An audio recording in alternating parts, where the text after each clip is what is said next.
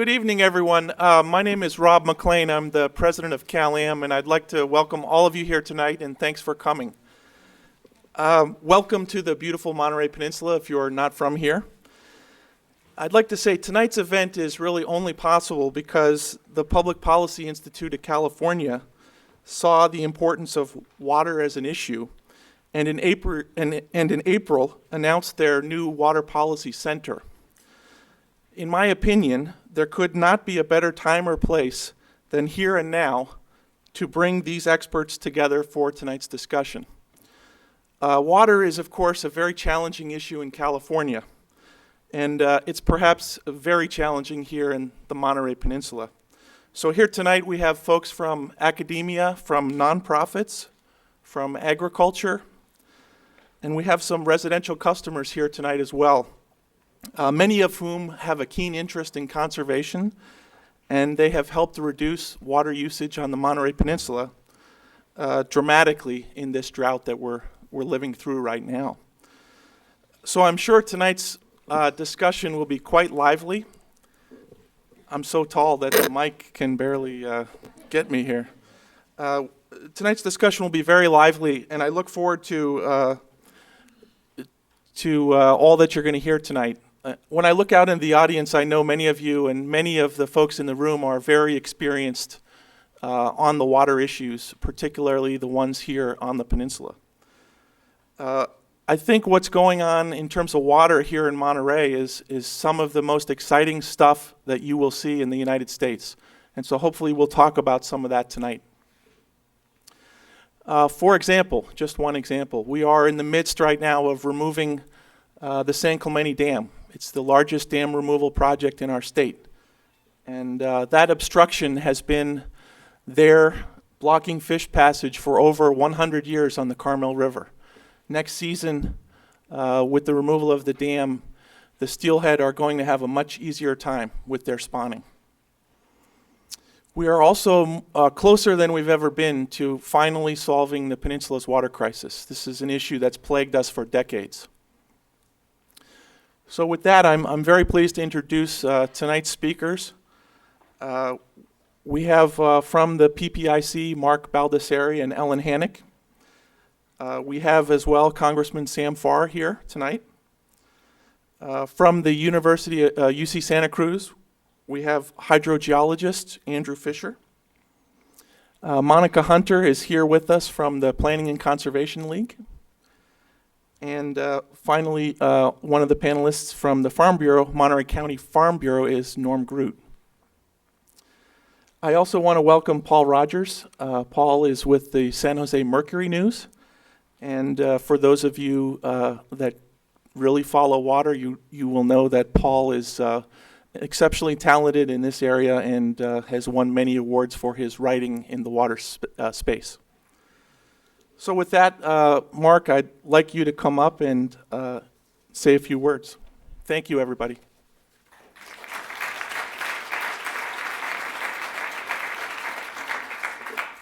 This is what happens when you follow somebody who's very tall. Thank you, Rob.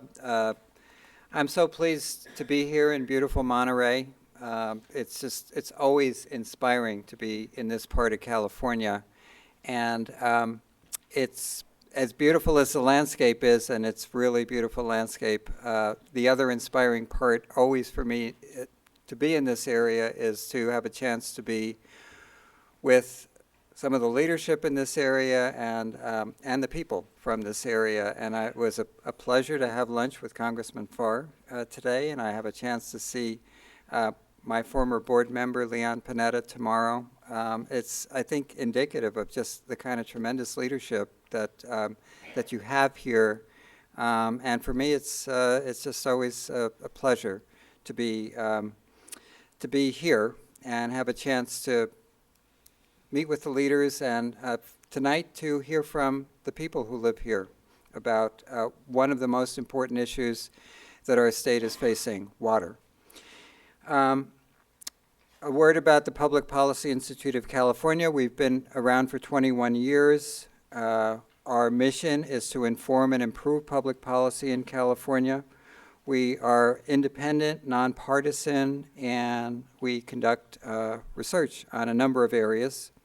Earlier this year, we launched the Water Policy Center in April, and we have been doing work in the water policy arena for more than a decade.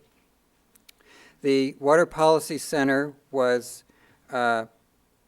created to spur innovative water management solutions and to support a healthy economy, environment, and society in California now and for future generations.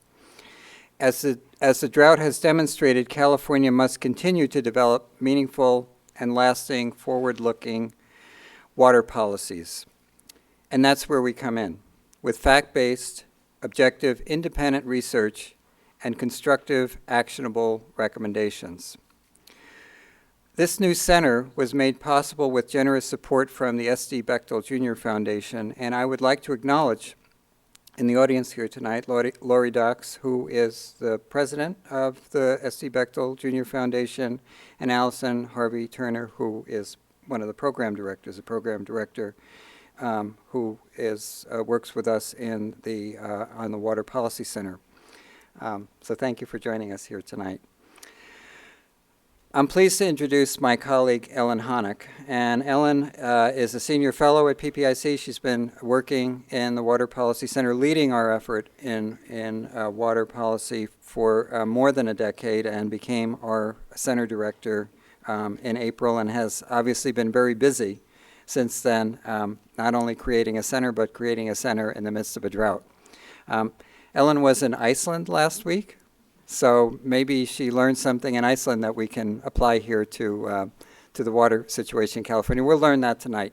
But I'm looking forward to hearing from all of you later on, and appreciate your interest in this subject and your willingness to come out and spend some time, hear what we have to say, and I'm anxious to hear what you have to say as well. Thank you.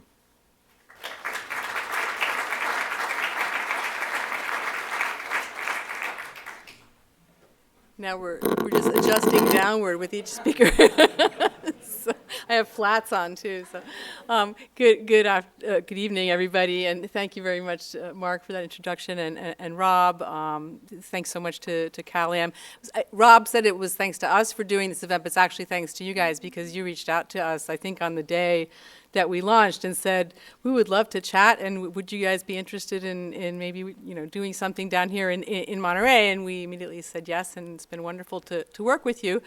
I'd also like to shout out to Lori Dox and Allison Harvey Turner from the Bechtel Foundation, who've been just so helpful and supportive in launching and helping us to launch this center. And one of the things that we're trying to do with this center is really build on work that we've been doing over the past decade or so in water in California, which is working with teams of researchers, not just from within PPIC, but from around the state. So it's wonderful to have Andy Fisher as part of the panel, because he represents the kind of talent that we really want to bring together in teams to tackle some of the hard challenges that we face in California water, bring together the scientists, the economists, the engineers, the lawyers, mix it up and really try to tackle these problems.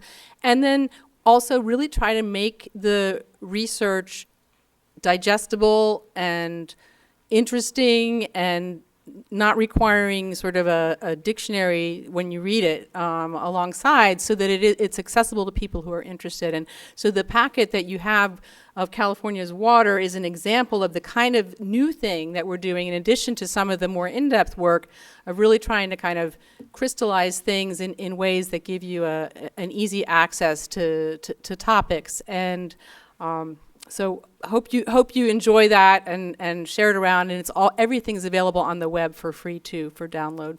So have a visit there if this tempts you at all. And with that, I'm going to start my talk. I don't know, Mark, I don't have any Iceland photos, but I will say they have a lot of waterfalls. And I was thinking, every time we drove by a waterfall, I was thinking, oh boy, that looks really wet, So, I'm going to give you a sort of a quick overview. I'm putting a little bit the water challenges of the state into into perspective and talking a little bit about Central Coast challenges, and I'm the least expert of anybody up here tonight about those, so it's really hopefully to set the panel up so that they can correct what I'm going to tell you now, or at least put fine points on it. So here we go, and we're going to start with a little video just telling you a little bit about the drought. In 2015, California entered into the fourth year of a severe drought, a drought made worse by record high temperatures. Some small communities faced severe shortages and needed emergency help to supply drinking water. So far, major urban areas have weathered the drought without significant economic disruption, but if the drought continues, more communities will be facing tough choices. Agriculture was hit hard. Many farmers were able to switch to groundwater to make up for reduced rainfall and surface water, but farmers still fallowed thousands of acres of cropland.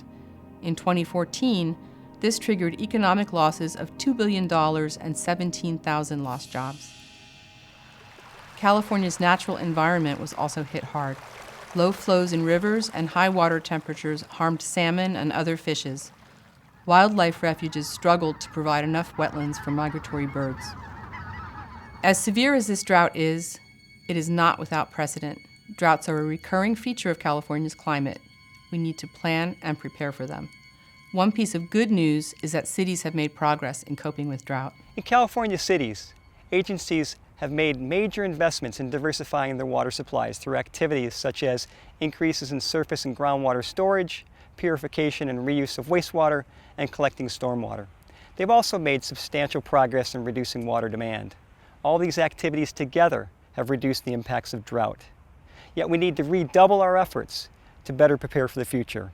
In particular, special attention should be directed towards more effective water pricing to encourage reductions in outdoor watering. Most Californians don't realize that landscape irrigation accounts for half of urban water use.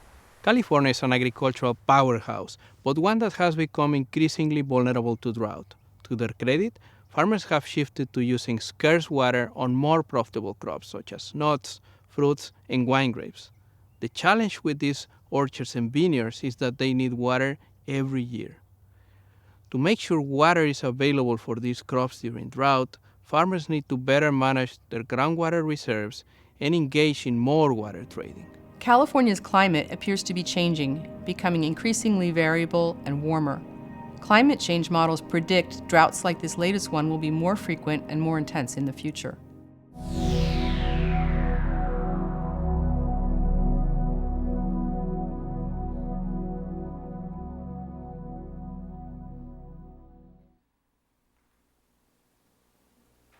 Okay, so just to kind of tee us off there, everything, we did that video back in March, just multiply the effects a little bit because it's just gotten drier and it's been hot and actually even hotter than last year.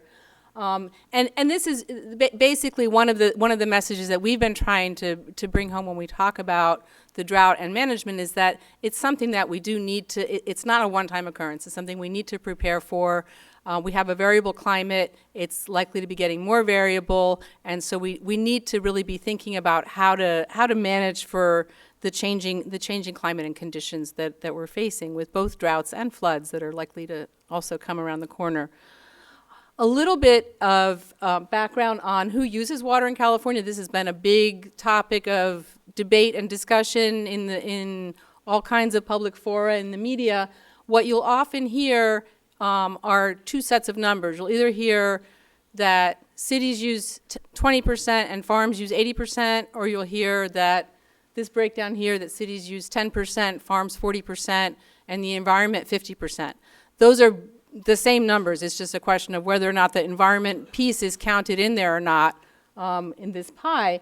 And those are numbers that are average statewide from 1998 to 2010.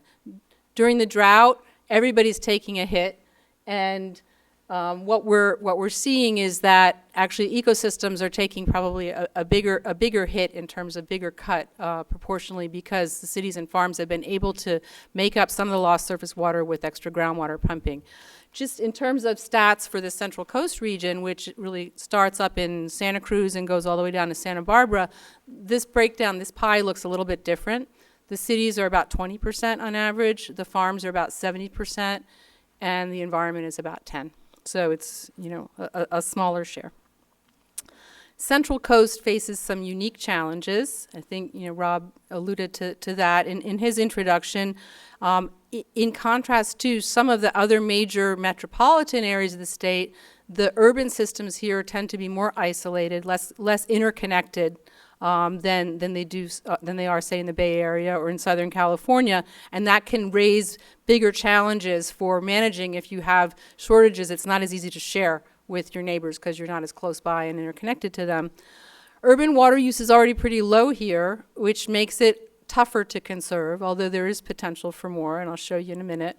The agriculture here is not a very big user of water in terms of the statewide ag use. It's only about 3% of statewide ag use, but very, very high value water uses, with a lot of the crop production going into things that are very profitable and generating a lot of returns. Groundwater basins are stressed in many places with both quantity issues, with declining water tables and some seawater intrusion, but also with some quality issues, particularly an example in Salinas area, for example, with nitrate in the groundwater, raising drinking water problems. And then, like many other parts of California, the aquatic ecosystems are at risk here.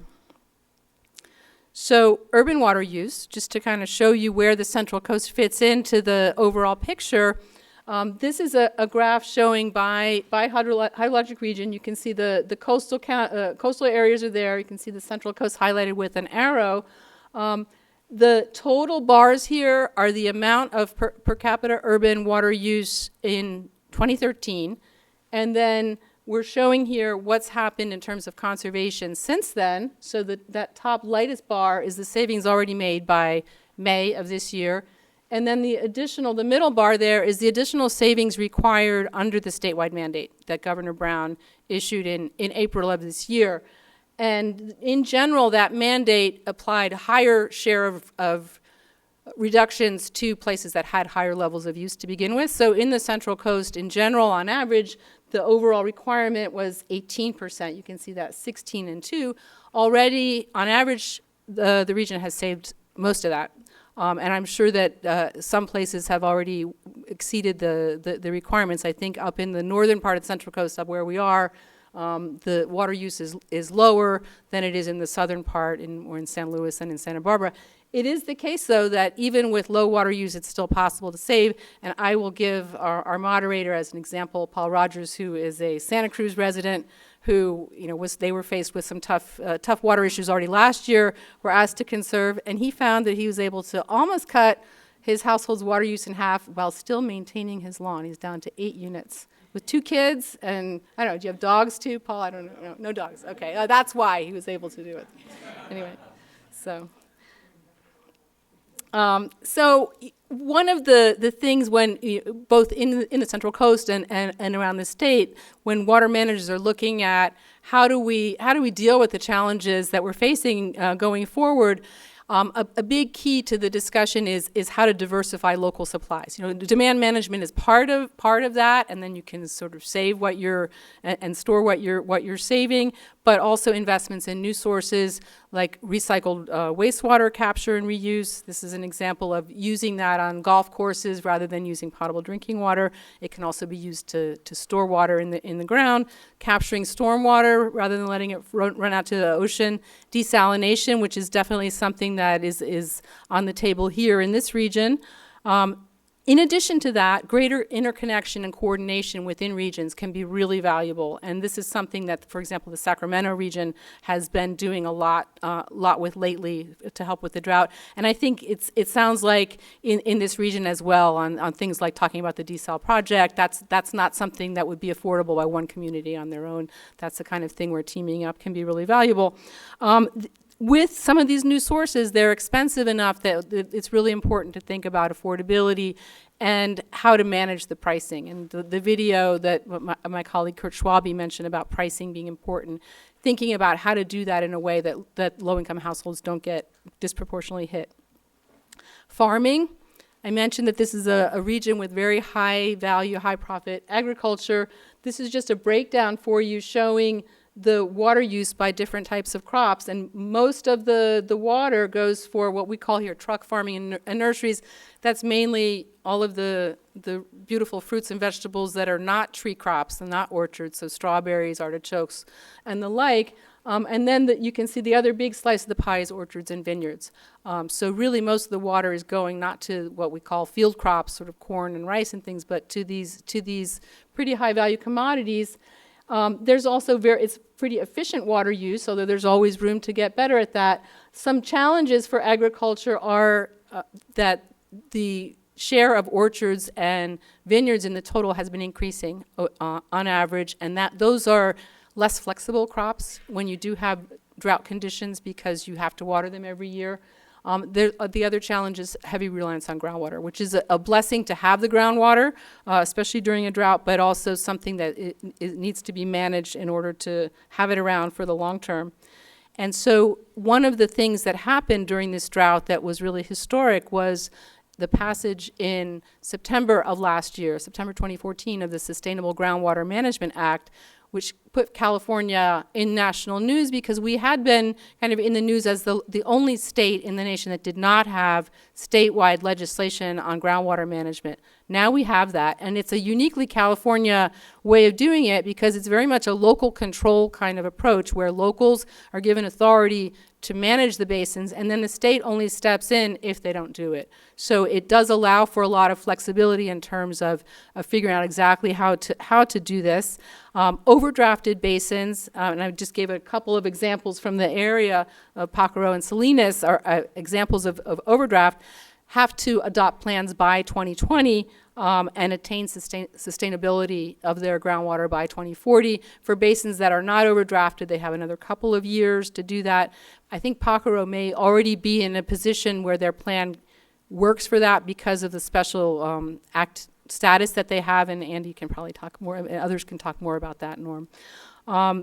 Another thing to just think about is in terms of doing this is that there are funds available for helping with planning and with modeling and the kinds of things that need to be done to put these plans in place under Prop 1 state funding, and that achieving balance, you can really think of it as sort of two pieces. One is, can you find more ways to recharge your basin, as well as can you find ways to pump less? And I know a lot of the innovations that people are thinking about are how to be more creative with recharge and capture some of that recycled wastewater and stormwater, for example, and get that in the ground.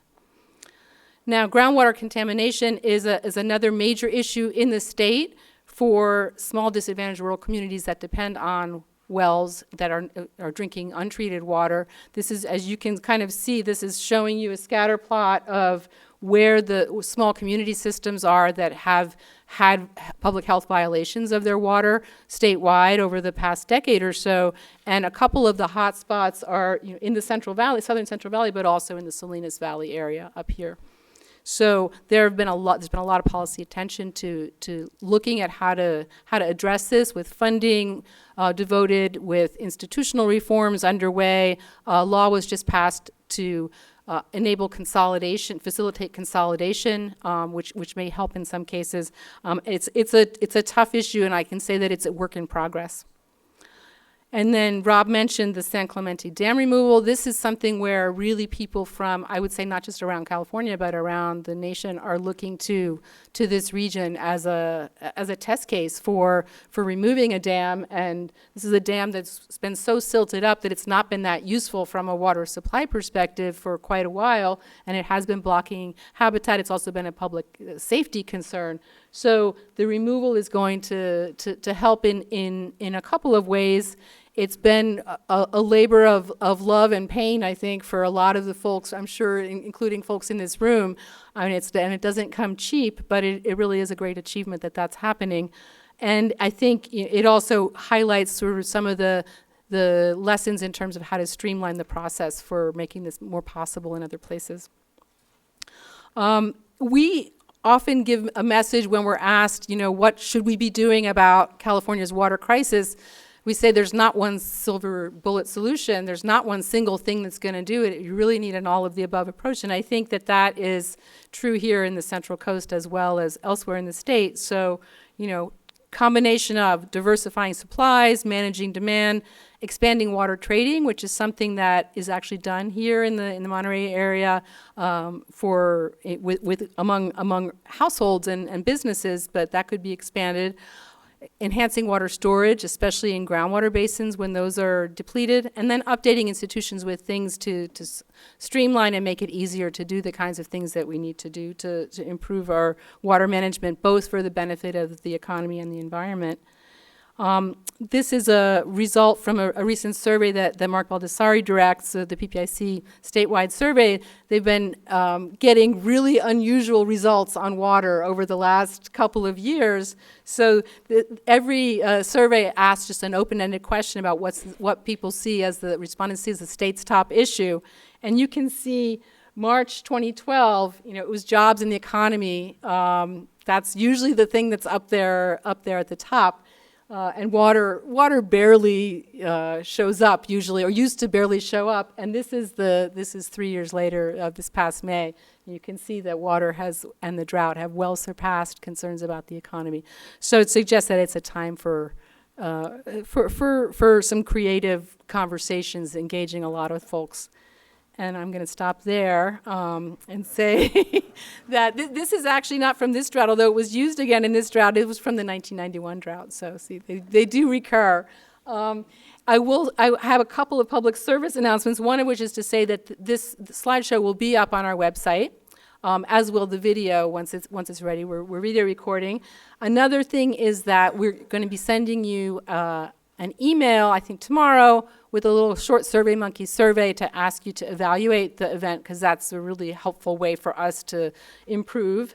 And then the third is to invite this wonderful panel that's going to follow, and the wonderful moderator, Paul Rogers, up, and Paul will take it over from here, and enjoy. Thank you.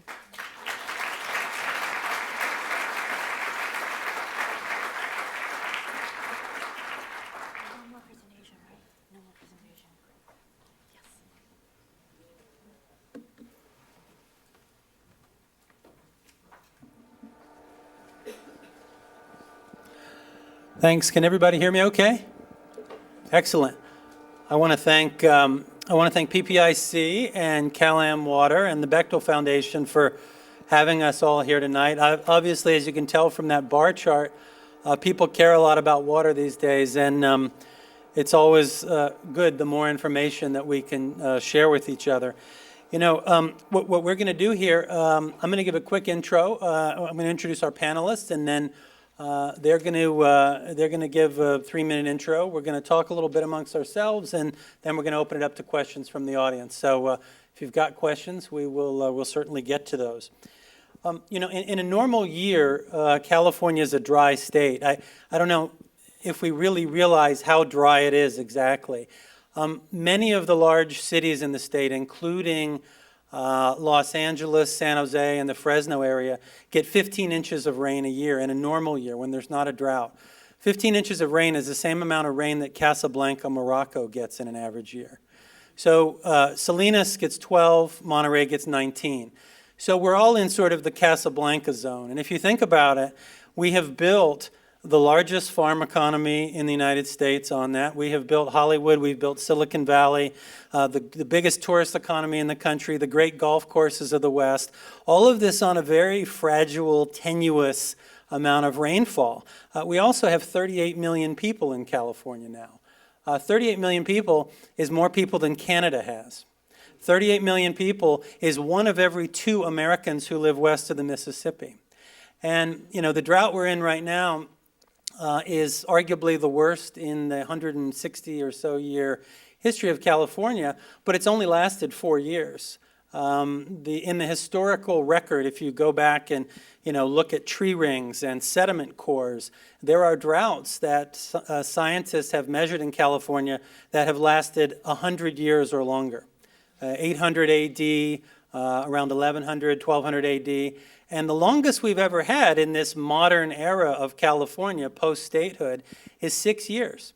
1928 to 34, which was the Dust Bowl, and 1987 to 92, where we got the camel cartoon there. So, we really don't know whether the current drought we're in is going to end next year or whether it's going to go on much longer. And I think just to give us a little bit of context of where we are so far, a lot of cities have gotten about half their normal rainfall over the last 4 years. Our reservoirs are very low. The largest ones in this area, Lake San Antonio is at 4% right now, as many of you may know. Lake Nacimiento is at 23%. So cities and farms have been making up the difference by pumping groundwater and by conservation. And, the groundwater you can't pump forever. It's like running your credit card up, or eventually you're kind of burning your furniture for firewood. It doesn't just keep on forever. And conservation, this area is doing remarkably well. In June, California was asked by Governor Brown to conserve 25% from urban sources. We conserved 27%. The Central Coast conserved 29%. And the Central Coast already has among the lowest per capita use. Central Coast is about 70 gallons per person per day this month. Statewide average is 97. So we're pretty far below, but we can always do more.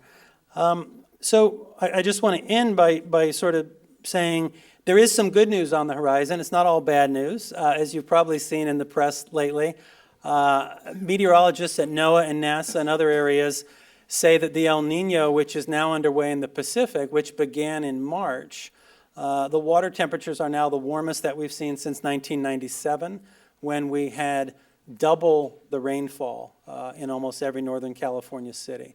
If we got double the rainfall this winter, it would basically erase the last 4 years of rainfall deficit. Would it end the drought or wouldn't it end the drought? We probably have problems with flooding and landslides again, and there's a big debate over exactly what it would mean to end the drought. But it would go a long way to filling up the reservoirs, which is kind of the first thing you need to end the drought. So I think a lot of us are hoping that this El Nino will not fizzle out like the one last year did, and that it will give us some breathing room. If it doesn't, we're going to see a lot more need for conservation, more forest fires, tougher times in year 5. So with that, and to talk about how all that affects us here on the Central Coast, I want to introduce the panelists. To my immediate left is Congressman Sam Farr. I'm sure just about all of you know him. He has been the Central Coast representative in the House for 22 years now. His district runs from Santa Cruz to the San Luis Obispo County line. Sam's a Democrat who has been a leading advocate for California agriculture, for tourism, for ocean conservation, and for affordable housing. He serves on the House Appropriations Committee, the Subcommittee on Military Construction and Veterans Affairs, among others. And before he was elected to Congress, Sam served 12 years in the State Assembly and 6 years as your Monterey County Supervisor. He's a resident of Carmel, and he began his career in public service in 1964, working with the Peace Corps in Colombia. Please welcome Sam.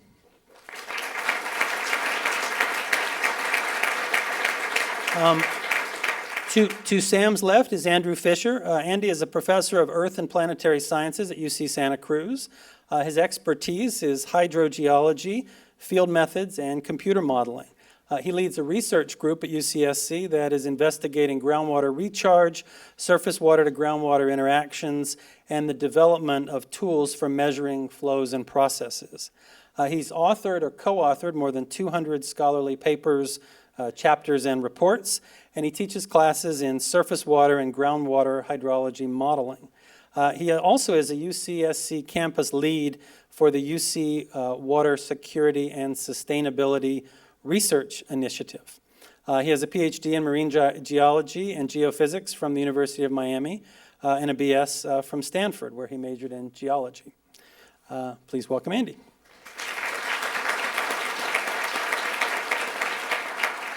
To Andy's left is Norm Groot. Norm is Executive Director of the Monterey County Farm Bureau. He has extensive experience in nursery work, including finance, technology, logistics, and production planning. He worked for Monrovia Growers for 17 years, and before that he was treasurer of his family's nursery. He serves on the board of directors for the Salinas Valley Chamber of Commerce. He participates on the Monterey Peninsula Chamber of Commerce Government Affairs Committee, and he serves on the Monterey Peninsula Taxpayers Association Board of Directors. He's also a member of the Monterey County Integrated Waste Management Task Force, so he's very involved in the community here. He holds a degree in business accounting from USC. Please welcome Norm. And finally, Monica Hunter. Monica is a trustee of the Planning and Conservation League Foundation. She's also vice chair of the Central Coast Regional Water Quality Control Board. She recently joined the faculty of the Graduate School of Education at Dakota Wesleyan University in South Dakota, where she teaches in the nation's first master's program in K-12 STEM, science, technology, engineering, and math instruction, something we always need a lot more of in the United States. She's a member of the Carmel River Watershed Conservancy Advisory Board and a former member of the Conservancy's Executive Board. She holds a PhD in cultural anthropology from UCLA. So please welcome Monica. All right, so with that, we'll go to the 3-minute opening statements, and why don't we start with you, Sam?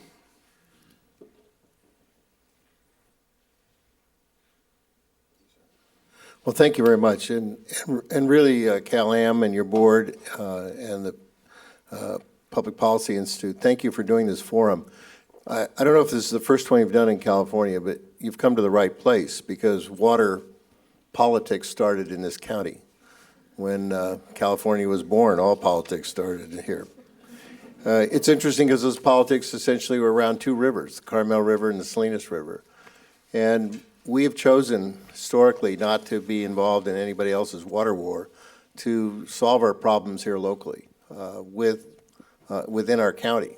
We don't import any water from anywhere else. We had a chance to join the statewide water project, and the Board of Supervisors turned it down and decided to build 2 dams on the Salinas River, and private utilities built dams on the Carmel River. And we've had problems. But when in 1975, 78, when the first drought hit, what we realized is that there was no way of managing the drought. We had no authorities. We had no public authority. And Cal-Am, as a private utility, did not have authority to prohibit people from using water. So we created the Monterey Peninsula Water Management District. I drafted the bill as a supervisor, and it was carried by Senator Mello, Assemblyman Mello at the time. And it created the first, in fact, the biggest discussion in that bill was, why do you want to call it a water management agency? Nobody had ever done that. I said, because we want to manage everything you have to do with water. And that authority exists here on the Monterey Peninsula. It became the model for the Monterey County's water authority later on, and then the Pajaro Valley. What we did with that is create conservation. Nobody had ever thought about giving water budgets to communities based on their historical use of water and their projected growth. We realized that most of these cities, exception with Carmel and Pacific Grove, Monterey was projecting to grow all the way to Salinas, and sort of made those unrealistic cutbacks and said you can't do that. We gave a water budget to every entity that you had to, this is back in the 70s. So I think as California looks, and what we, as you pointed out, we have the best conservation record in the state, one of the best in the nation of per capita use of water. I think that the solution to our problems, both locally and statewide, are engineering.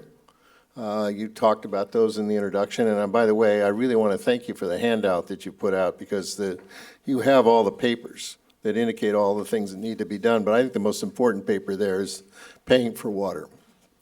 Just looking it over, we get very little federal money, 4% of the money in water, and that's in the statewide water project and probably in the levees in the Central Valley. Most of the money that comes for water development comes from local governments. Nobody wants to pay for anything.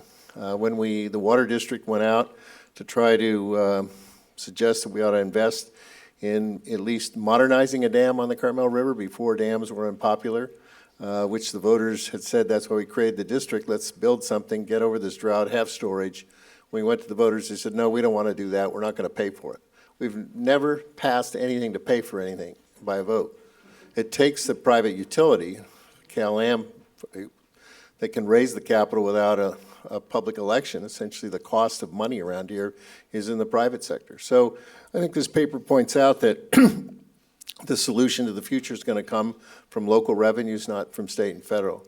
I think we can engineer our way into a storage capacity all over the state and a use of water, as we're doing with saltwater reclamation. Not the entire answer. reuse of water, all the sewage water. We ought to have a policy in California that every drop of water in the state gets used over and over and over again.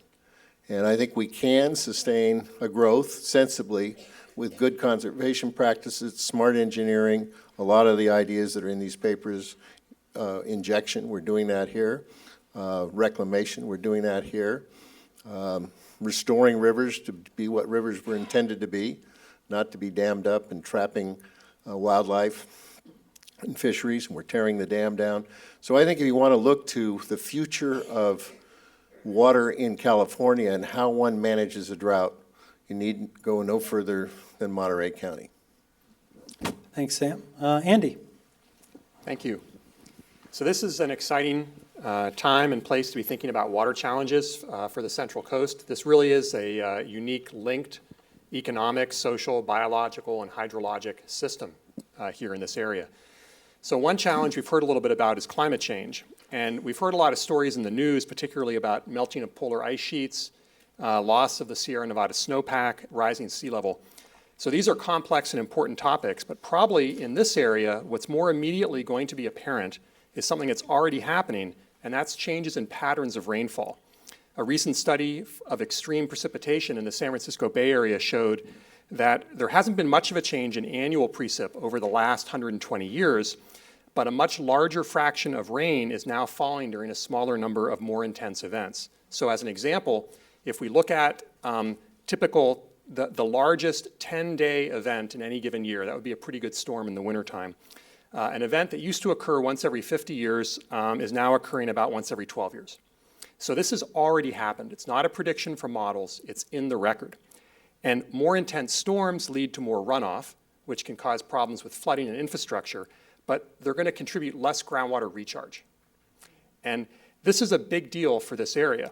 Reductions in recharge are part of the reason why in the Central Coast we have such a big overdraft problem, which creates a water deficit, with more groundwater being taken out over the long term than can be sustained. So your bank may loan you some money and charge you a fee if you create a deficit in your checking account. And some governments are able to address budget deficits by printing money. But we haven't yet figured out a way to print water.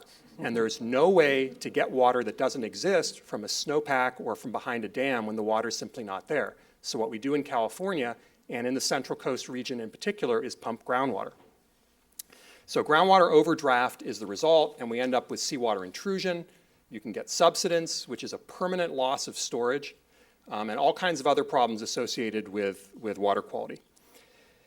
Now, the changes in patterns of groundwater recharge and overdraft are really important for this area because in the Central Coast hydrologic region, 85% of freshwater demand is met by groundwater, and that's the largest fraction in the state. So there's other places in California that use more groundwater, but nobody gets a larger fraction of their water out of the ground than we do. And as has been mentioned, we are virtually off the grid in terms of these large-scale projects, the State Water Project, the Central Valley Project. And that may be for the best because these projects are oversubscribed and rickety and energy intensive. We're on our own and we're going to have to make do with limited resources. So the drought has exacerbated those challenges, but those challenges have been there for decades. And we've been living through them as we've heard described. So my take on this is we really need to focus on putting a lot more water into aquifers. Even if you ignore climate change, which is not a good idea, but even if you did, with increasing freshwater demand and changes in land use, which tend to favor runoff over infiltration, we have to take action. We have to recharge more groundwater every year just to break even, never mind building up a buffer for future droughts, and breaking even isn't enough. And that's because we already have a deficit built up over decades, which is causing ongoing problems. So we actually have to over-recharge aquifers. We need to put a lot more water in than we're taking out just to get to the point where we can have more in storage while we're being sustainable. That said, I'm very hopeful for this area, for the Central Coast of California, that we can address the challenges. Our region has not grown reliant on external water supplies. As you've heard, we produce a lot of high-value crops. This is a center for innovation in agriculture and in developing and applying tools and techniques to use water more efficiently and manage supplies that are more sustainable. Another factor is that there's a long and positive history in this region of both innovation and collaboration between water managers, various agencies, researchers, growers, and regional stakeholders. And on that basis, the Central Coast is and is going to continue to be a model for many other parts of the state and the country, particularly as California now grapples with meeting the new terms of the Sustainable Groundwater Management Act. So there's just too much at stake for us to fail, and that's why the solutions will be found. We value the region and its resources and people too much to not address the challenges. So I'm grateful for the opportunity to be here, and I'm happy to participate in the discussion tonight. Thanks, Andy. Norm. Thank you. A pleasure to be here this evening. What wasn't mentioned in my intro was that I live in Pacific Grove, so I live here on the peninsula, but I advocate for the Salinas Valley agricultural community, so I cross the lettuce curtain at least twice a day. And that's to say that the Salinas River groundwater basin is a stressed groundwater basin at this point, but probably in better condition than most of the other basins in California. That's because decades ago, when saltwater intrusion was first discovered or detected, landowners and farm operators took the initiative to build projects to help recharge the groundwater basin and combat saltwater intrusion. To date, projects that have been built, Nacimiento and San Antonio reservoirs, the Salinas Valley Water Project, the Salinas River Diversion Facility, and the Castroville Seawater Intrusion Project have been paid for by farmers through self-assessments. But we're not done yet. More needs to be done to push that saltwater back where it belongs. And we can best do that by constructing water resource projects that make the biggest difference, such as increasing recharge in the east side of the Salinas subbasin and expanding CSIP along the coast. So here are some quick facts about the Salinas Valley agriculture. Extractions for irrigation use total about 4% of our entire groundwater basin each year. Recharge of that basin is estimated to be nearly almost at sustainable levels, according to a report commissioned by our supervisors last year. But this report failed to include influences from the most recent projects that have been built, like CSIP, so the gap to sustainability could actually be less than what's indicated in that report. Water extractions for irrigation use have declined 12% in the last 20 years, while crop production has increased 45% in total dollars. And farmers utilize drip irrigation on over 60% of their fields, which is a total over 120,000 acres in the Salinas Valley. And those farmers were early adopters of this technology. And finally, 12,000 acres of Monterey County agriculture are irrigated through the use of recycled water, currently mixed with the pond water that comes from the city of Salinas that's actually the discharge from the wash water from the Salinas processing facilities. So we've taken 12,000 acres off of groundwater pumping by that project. We support 76,000 jobs every year, and we are 18% of our local economy and their economic output each year. But the drought does have farmers concerned.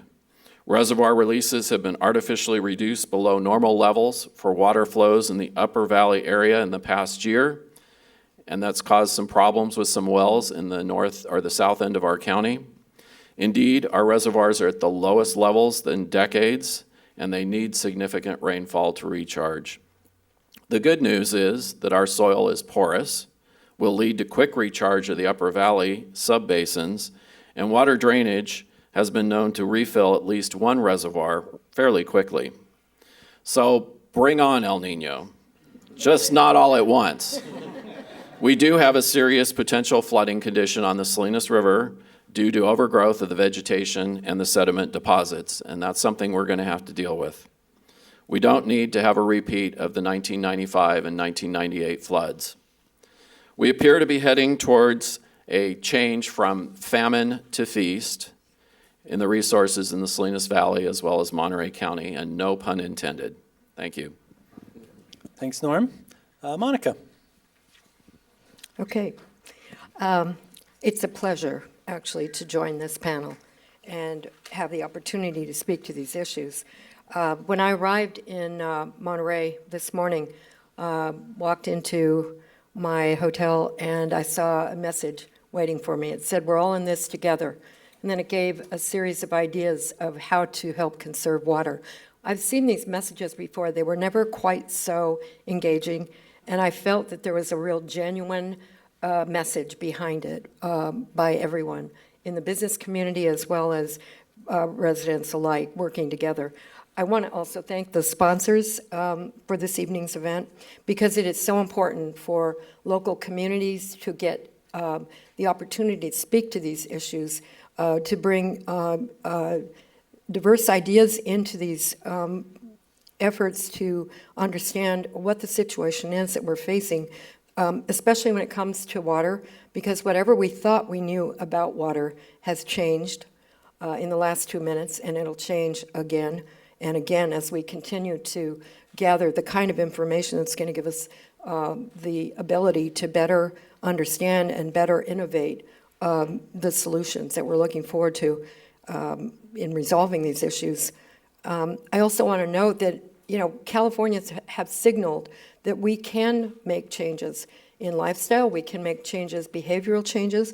We're willing to do it when we understand what's at stake, and we do understand what's at stake. However, we haven't been able to conquer the protection of water quality and the critical beneficial uses which span across many diverse sectors of our economy. The governor has set the pace for urgently needed change through executive action in the short term, and our elected state officials have wisely passed new legislation, also signed by the governor, to improve groundwater management for the long term. And I think most of us agree that it is really time for this to happen.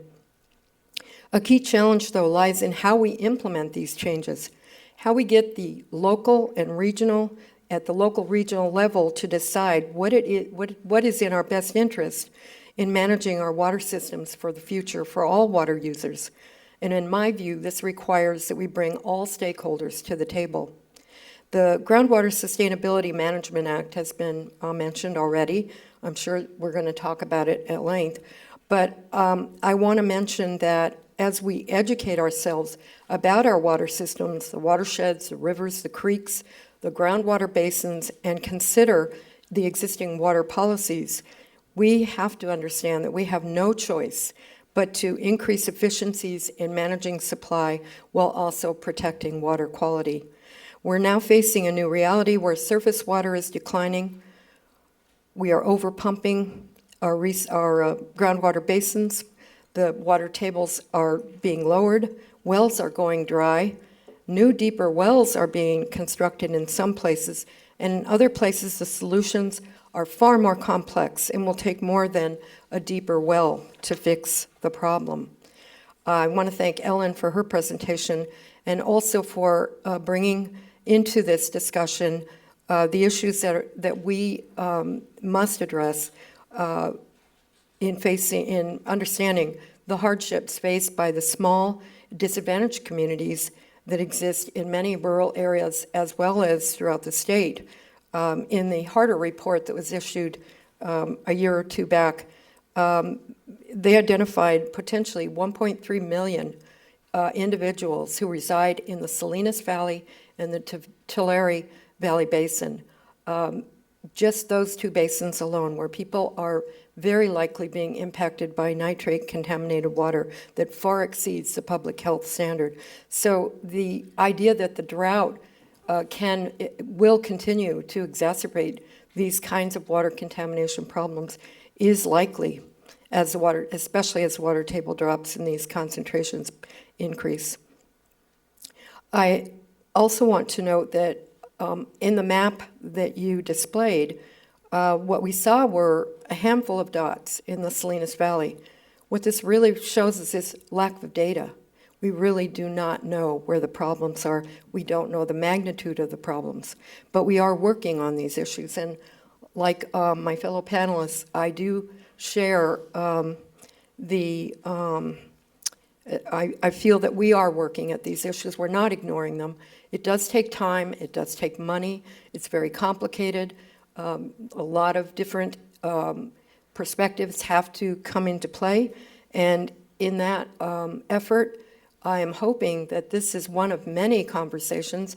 I happen to have heard about another water meeting tonight which is encouraging. So in Monterey, I think the focus on water is important.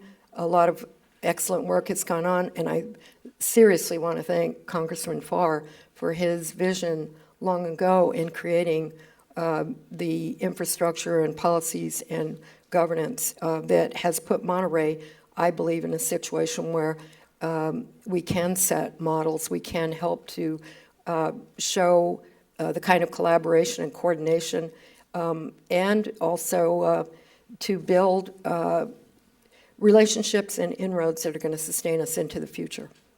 Great, thanks. As you can tell, everybody here believes the drought is serious. I'm curious from our panelists what they see as the least understood issue about water here on the Central Coast. Anybody jump in?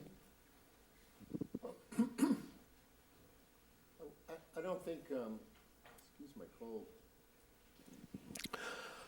We tend to only know our own backyard, all politics being local. Water is very a local politic because essentially, as Norm indicated, this lettuce curtain or cypress curtain, as it's called, the division and literally the water jurisdictions between the Salinas Valley and the Monterey Peninsula are really acute.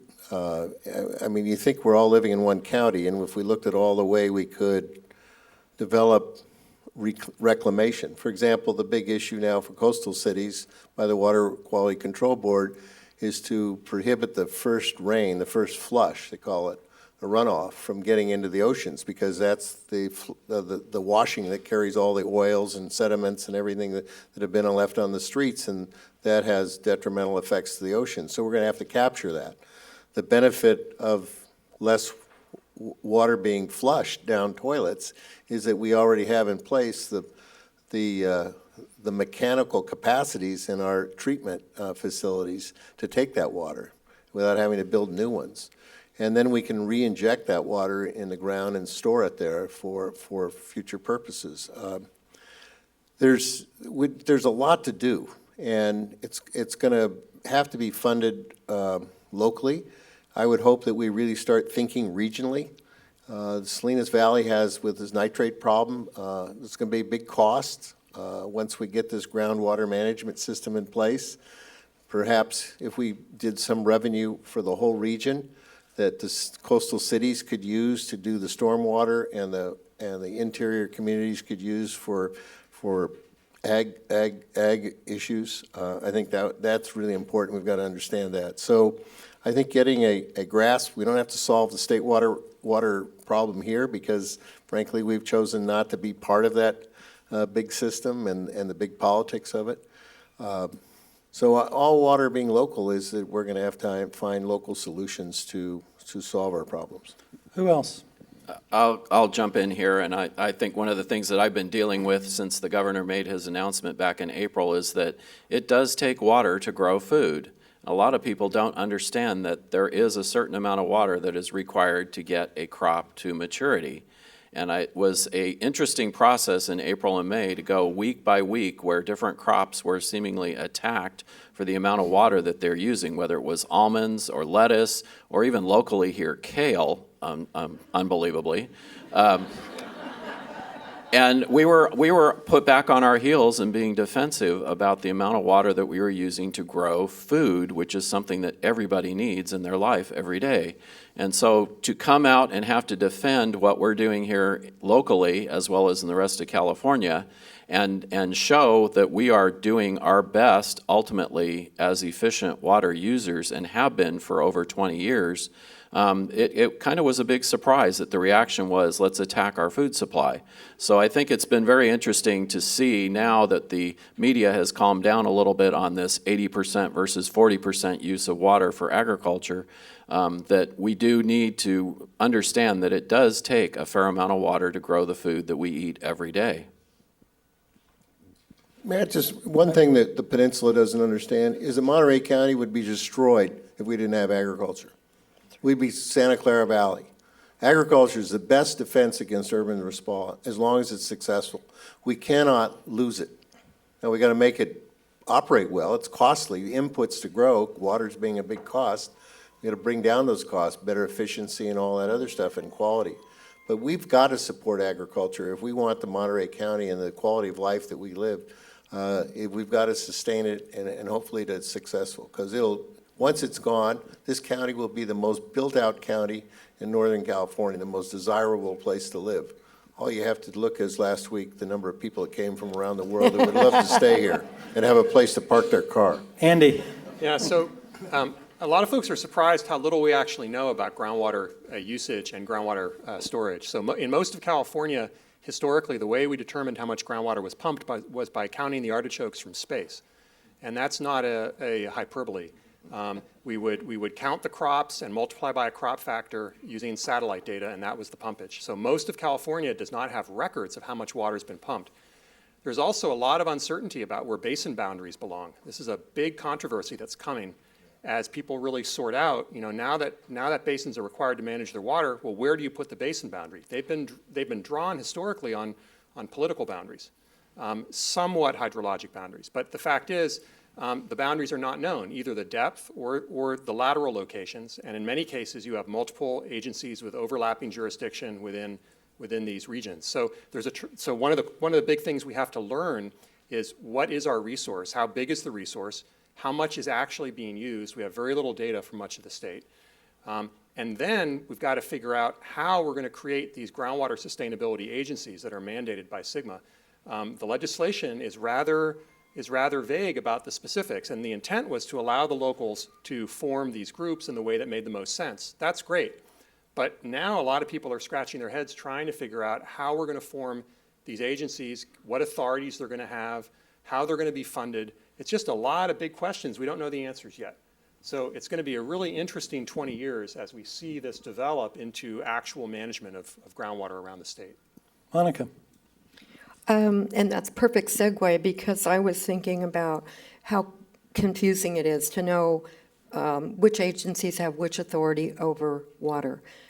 For example, the Department of Water Resources is actually the lead entity on developing that language that will spell out the guidance that's going to be rolling out over several years to implement SGMA. However, the State Water Board has a role to play in that, in partnering, and is also participating in bringing their expertise into the process of drafting this legislation. And there'll be many stakeholder meetings that will be conducted over time. Hopefully, they will be held out in the regions enough for those of you that are watching these issues to be able to participate. However, many of them will happen in Sacramento and other urban centers where many of these issues seem to be magnified. We have the additional challenge of competing with urban areas and high population areas where, the idea tends to be more bang for the buck, pardon me, but, in the sense that you can solve the problem for a greater number of people by dealing with Los Angeles, Orange County, San Diego. Also, in bringing the agency staff together, there's a great deal of work that has to go on in order for them to even understand what authority they have, where can they collaborate, how can they create a common language that's going to define new criteria, new objectives, set standards, and put some certainty and clarity into the new guidance, because they also, at the same time that it has to be open enough for a regional perspective to fit into the language, they also have to put some parameters on it so people understand what's the extent of this and how will it work. So in developing common language, I'll give you a good example. The State Water Board just integrated into their program, moving from Department of Public Health, California Department of Public Health, into State Water Board, came the Division of Drinking Water. We're thrilled that we now have regional offices of folks who can work with small communities, in particular, in meeting water shortages. These folks are on the ground and have links to the State Water Board and Division and the Department of Water Resources, where these bond monies, especially the emergency drought funds, are going to be rolling out with new language spelling out the parameters, criteria, eligibility for water funds. So these are all, Speaking of the State Water Board, let me jump in on that. The State Water Board just passed rules recently about desal, and desal is arguably one of the 2 or 3 biggest issues here. I want to make sure I hear your thoughts on desal. As you probably know, the Santa Barbara City Council just voted last month to spend $55 million to restart a desal plant they had that had been closed in 1992. Cal-Am here has a proposal, I think it's $277 million to open a desal plant north of Fort Ord in Marina. I'm curious what you folks think about that idea here in Monterey County. I think it's a good idea. I think we don't have any options. We've got to go to the ocean, and I think we can do it wisely. We've been doing nuclear submarines and other ships and using, as long as we do all the other things, reclamation, which is part of the formula, using groundwater wisely is part of the formula.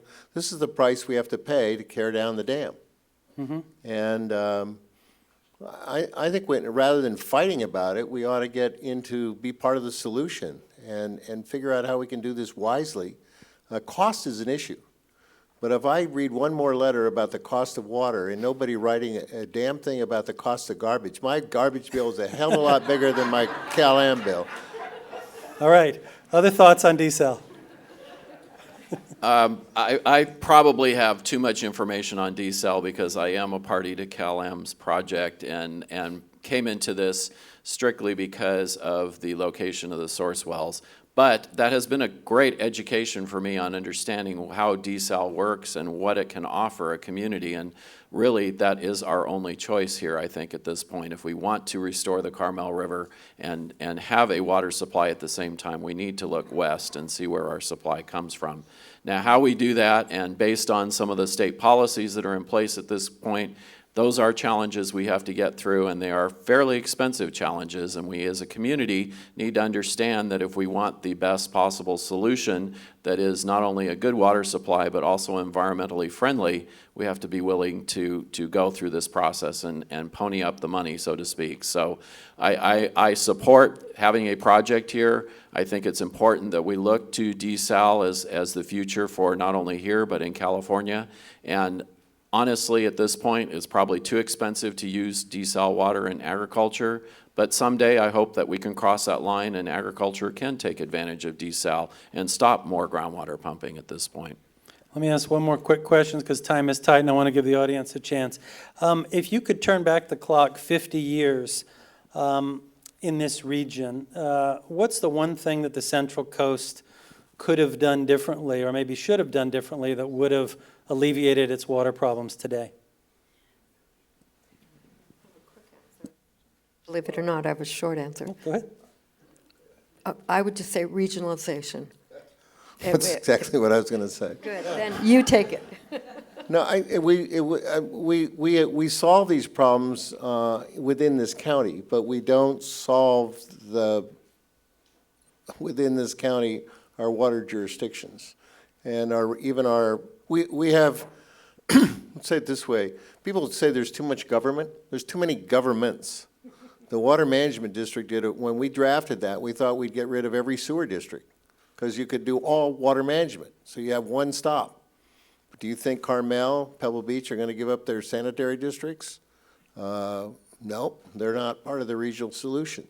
Now they're doing a good job because Pebble Beach paid to use all the reclaimed water from Carmel's treatment plant to water the Pebble Beach golf courses. That's a good thing.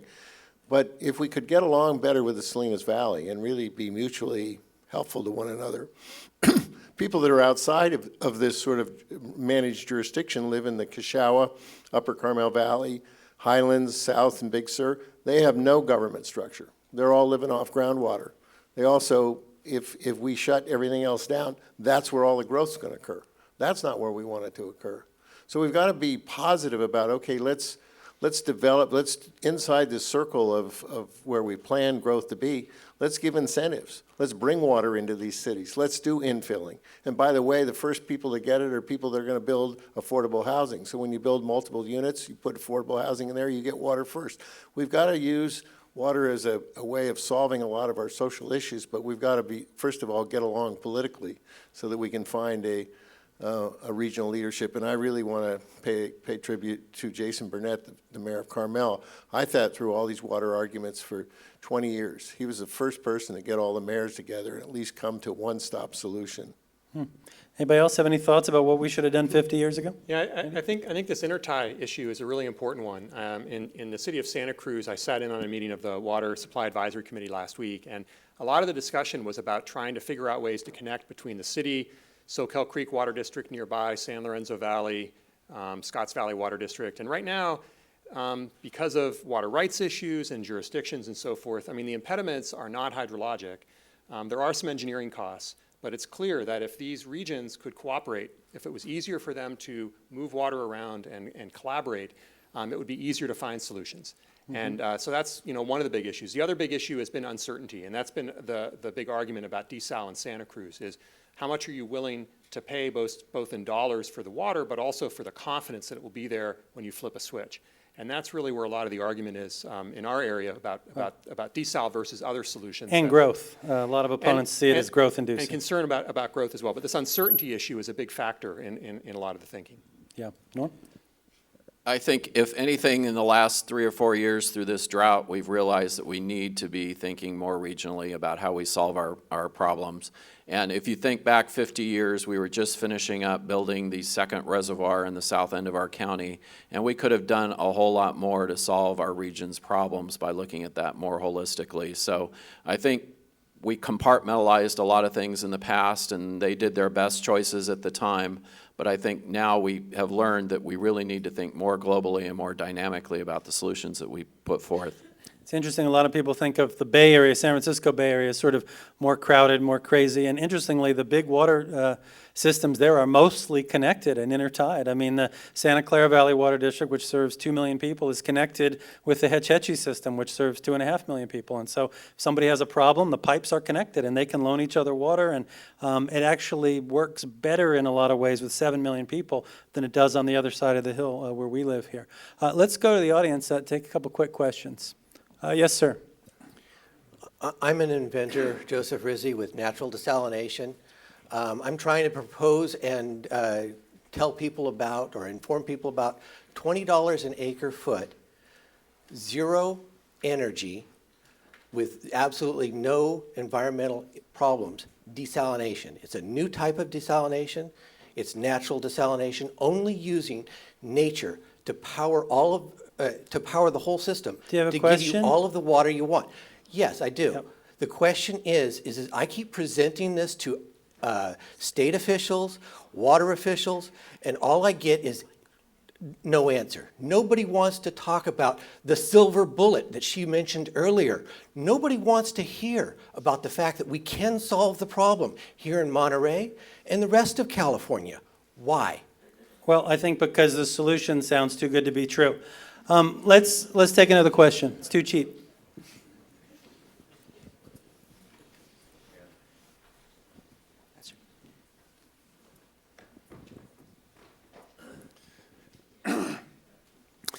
My name is Al Washburn. I'm a resident of Monterey. In order to have a desal plant, the desal plant has to be able to acquire salt water in order to desalinate. So I have an engineering question. There are two kinds of ways to do that. One would be a slant well, the one that Cal-Am is currently testing, an unusual way of getting salt water. And the other would be a more conventional open water intake. Would somebody discuss the pros and cons of those two technical solutions to acquiring water, please? I can give a Reader's Digest version. Basically, when you have an open water intake pipe, which is what the Santa Barbara plant built, or the plant at Carlsbad in San Diego that they're building right now, $1 billion plant that's going to provide about 8% of San Diego's water use. you're sucking in pretty much everything from the ocean. And environmentalists and some scientists are concerned that you're killing fish, you're killing large amounts of larvae, and that the impact on ocean resources and fisheries is too great. So what we've seen is the Coastal Commission increasingly approving legacy projects like the already built Santa Barbara plant and the Carlsbad plant, which got approved years ago, and telling future developers, we're not going to do any more open ocean intakes. Basically, if you want to build a new desal plant, you have to do it with a subsurface intake where you're sucking the water through the sand. And just yesterday, there was news on this. Poseidon, which is building the plant in San Diego, wants to build a similarly sized billion-gallon, 50 million gallon per day plant in Huntington Beach. They had an independent panel study it, including people that they appointed to the panel, who said the water would cost $3,400 an acre foot if you submerge your intake pipes. Well, that's completely unfeasible, and you can't build a project at that price. San Diego is $2,000 an acre foot. So basically, the Coastal Commission has put rules on these plants that says unless you can bury that pipe, you won't be able to build the plant. Other questions? Yes, go ahead, sir. Hi, my name is Jeff Langholz. I'm a professor here at the Middlebury Institute, your host institution tonight. I wanted to ask a question to the panel on behalf of your host institution tonight. We've been doing a variety of things in the area of water, mostly locally at this point. We had a contest for local solutions. We've been doing consulting to local policymakers. The niche we're thinking about carving out in the future is to become a bridge between California and the rest of the world for solutions. We have campus partners in 35 different countries around the world. We'd like to have water innovation scouts bringing the best ideas from around the world back to Monterey, and also the best ideas in California. You've mentioned how the Central Coast and Monterey are a center for innovation. We'd like to make sure those ideas are spread around the world as well. So just a quick question to the panel. Is somebody already filling this niche? What do you think about the potential value of such a role, and anything else you'd care to share about it? Thank you. That's a great idea, and if you hadn't thought about it in a marine context, California has been holding, every 5 years, they hold a conference called California and the World Oceans. They bring the best and brightest scientists from around the planet.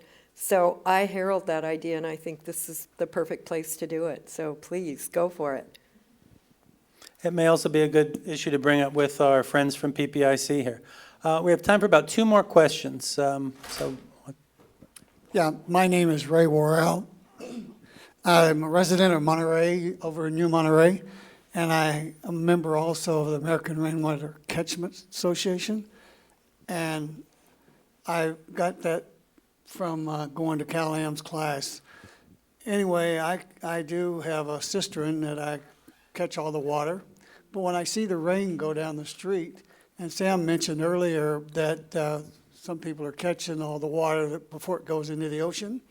But I wonder, I've never heard any news about that. And it seems like an awful lot of water is wasted by not catching it. Mm-hmm. And also we need some way, all summer long I get water. My cistern intakes water, whether it's raining or not. So there's always water under the ground seeping and running away.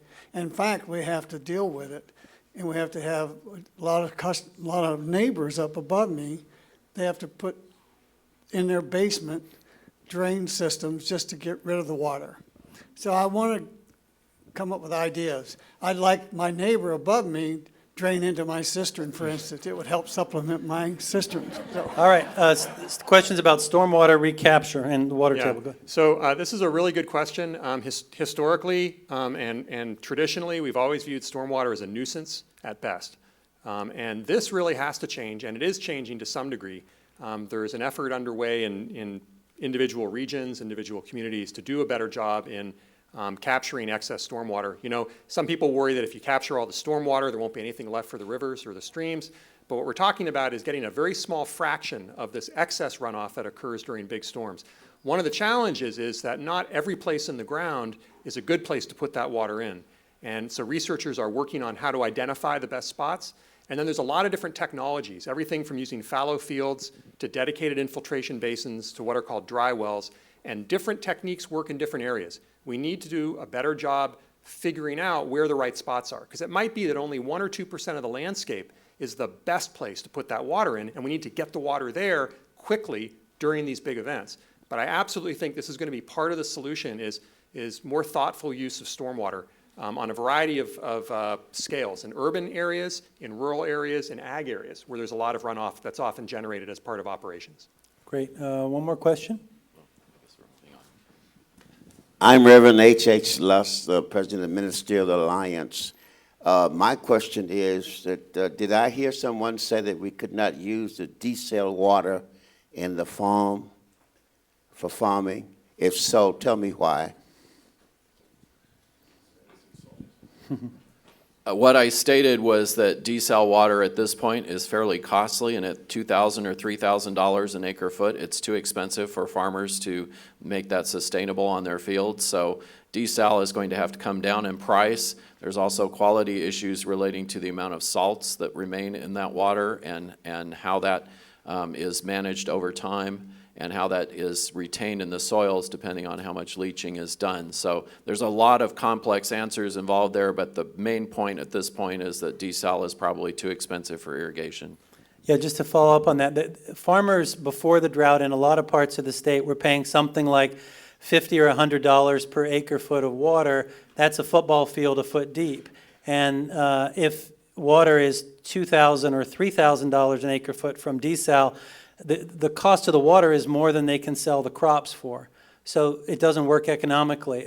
But, you know, desal in countries where they have absolutely no choice, Saudi Arabia, Israel, places like that, it's 50% of the water use. Here, it's more of a last resort when you don't have many other options. And, you know, in losing the rights to the water from the Carmel River here is showing that this area may not have many other options than desal. But nobody should think that it's not going to be an expensive way to guarantee water security. So with that, please give a round of applause here to the panel.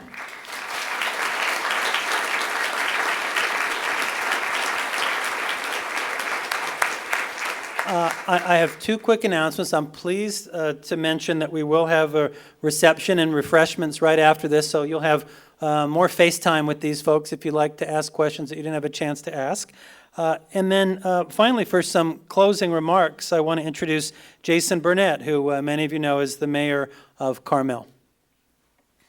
Great. Well, thank you. Thank you, Paul. Let's have a round of applause for Paul for doing a great job moderating.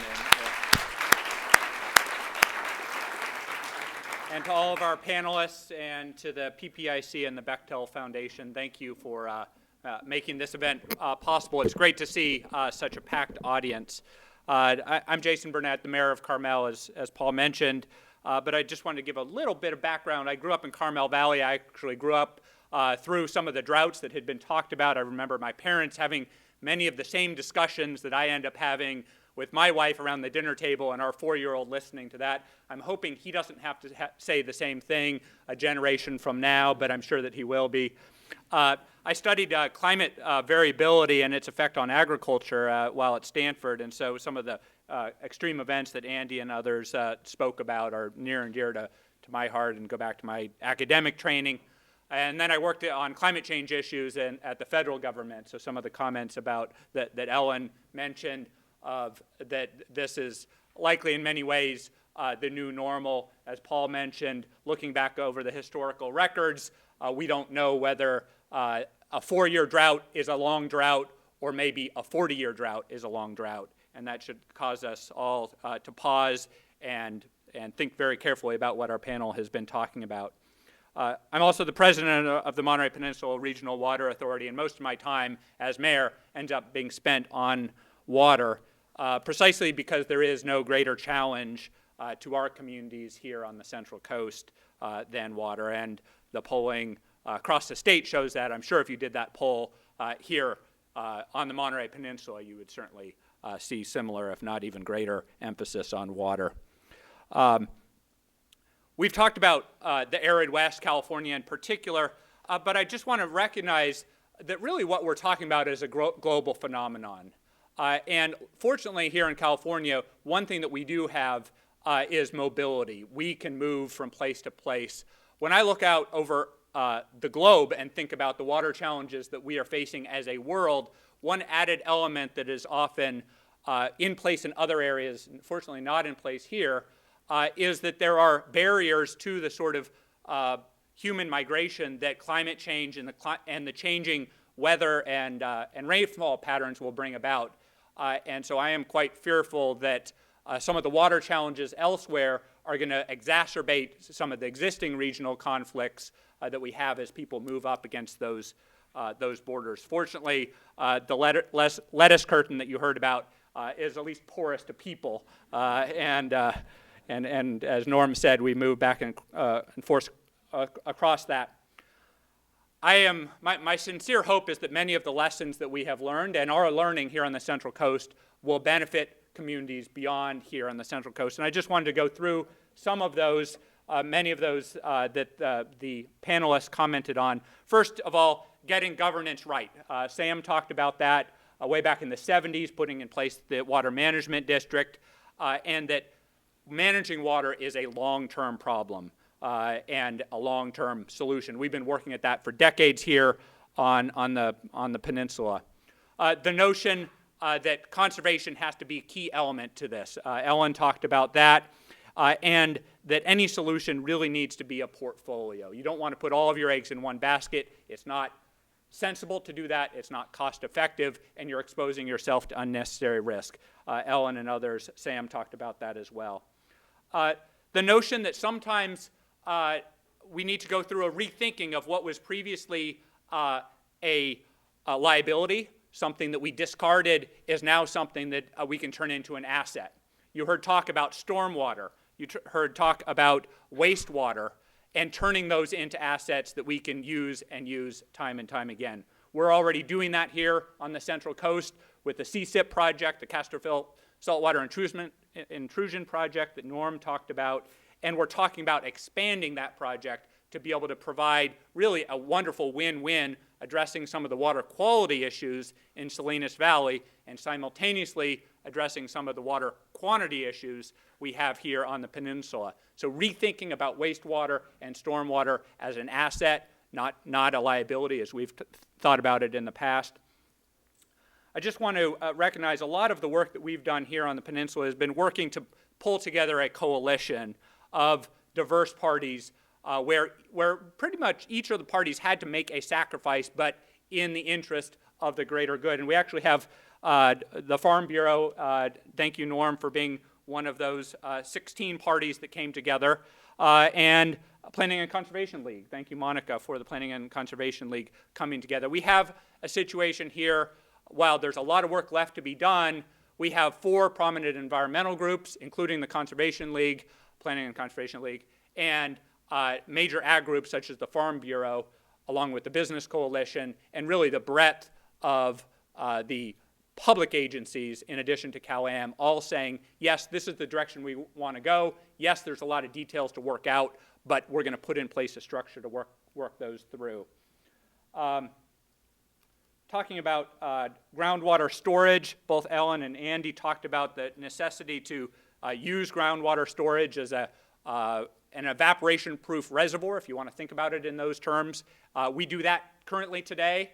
Roughly a little less than 10% of the water in an average year. No year is, very few years are actually average years. And we're talking about expanding that. Several of our, in fact, all of our panel members talked about regionalization. And if we had a chance to do this over again, I think all of them said we would want to have more regionalization. We don't have an opportunity to rewind the clock 50 years, but we can make sure that we're working on it today so that 50 years from now, when that question is asked, we don't have to give the same answer that we give today. And I think that in that sense, the drought crisis is an opportunity. We're seeing more regional collaboration on these projects across the Salinas Valley and the Monterey Peninsula, and I'm hopeful that that regionalization cooperation will not evaporate when the drought ceases to focus our attention as much as it is today. You heard several panelists noting that desalination is not a panacea, but if it's done correctly, if it's done wisely, as Sam said, it can be done in a way that does not that does not both harm the environment that we very much care about here on the Monterey Peninsula, but regardless, it will be expensive and is expensive technology. It's why it's not done, as Paul mentioned, it's not done, and Norm mentioned, not done to service agriculture, at least given today's economics. And then finally, I want to end on an optimistic note. I think that in a variety of ways, each of our panelists and our moderator, despite the great challenges that we have, express some optimism. And I certainly am optimistic. I wouldn't be able to get up every day and continue working on what I do if I did not think that we would actually begin to solve some of these long-standing issues. And I want to recognize actually a couple things that both Monica said. We're all in this together. I think the notion of a shared sacrifice helps bring people together. I think that that's one of the wise things that our governor did of asking everyone to sacrifice. I know there's been some talk that agriculture is not sacrificed, does not sacrifice in the same way. I would push back hard on that, as Norm did, correctly, I believe, and say, no, in fact, agriculture has sacrificed in very significant ways.